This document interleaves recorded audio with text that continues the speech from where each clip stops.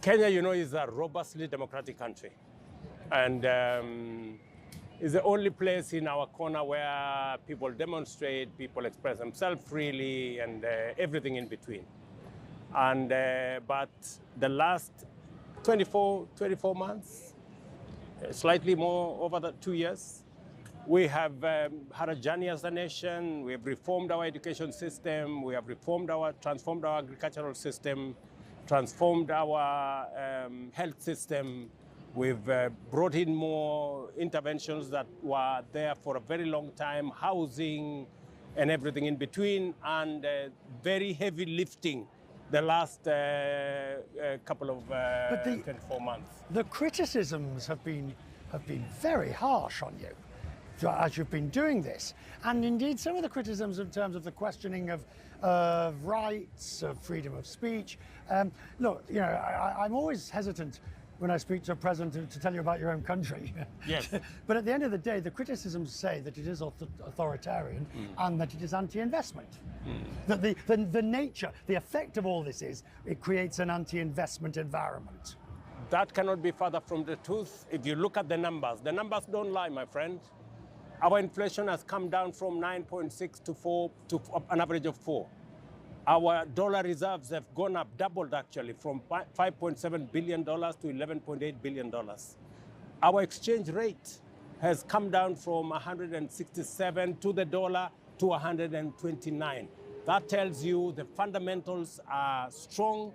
IMF just released a report that says Kenya has now moved from position 9 to position 8 as the largest economy in Africa. And Standard & Poor's has just given a report that Kenya is much more creditworthy than it was 2 years ago. That so tells why are people protesting? That's the essence of a democracy. Don't you see a demonstration around here? There are demonstrations all over. This is the essence of democracy. Democracy is that some people agree with you, some don't agree with you. Those who don't agree with you demonstrate. Those who don't agree with you, they do whatever it is that. But what leadership must do is to focus, keep the eye on the ball. I was reading up on you. It must have been quite painful when you're described as the worst president. You saw that.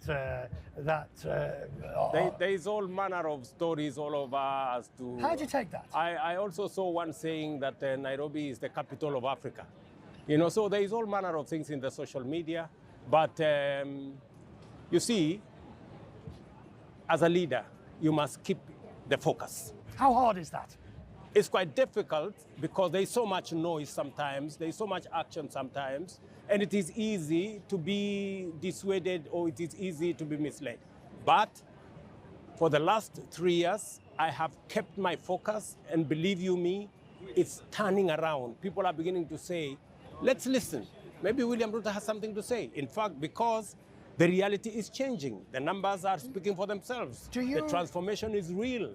Do you regret getting involved and offering to lead the multinational force in Haiti? Bearing in mind, I mean, when you're complaining about old cars, second-hand cars, and that comment, I'm not sure whether you realized it was going to sort of take off as it did, but you regret leading that? I will never regret, because in the first place, Kenya came into Haiti out of solidarity, because that is the essence of the United Nations. It's the other side of the world.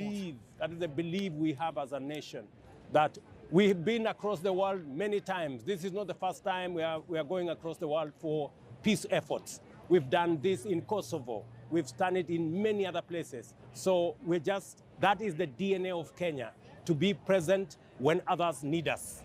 Have you been assured you'll get new cars? There is a transition, which I spoke to this afternoon. There is already an understanding that, yes, Haiti is doable, it is solvable. We just need to get the right logistics, the right support, financial support, the right equipment, the right mandate. And I think our recommendations that now go to the new mission have been taken on board, because we are the people on the theater. We are the people in the theater, and we have clarity on what is needed for this to succeed.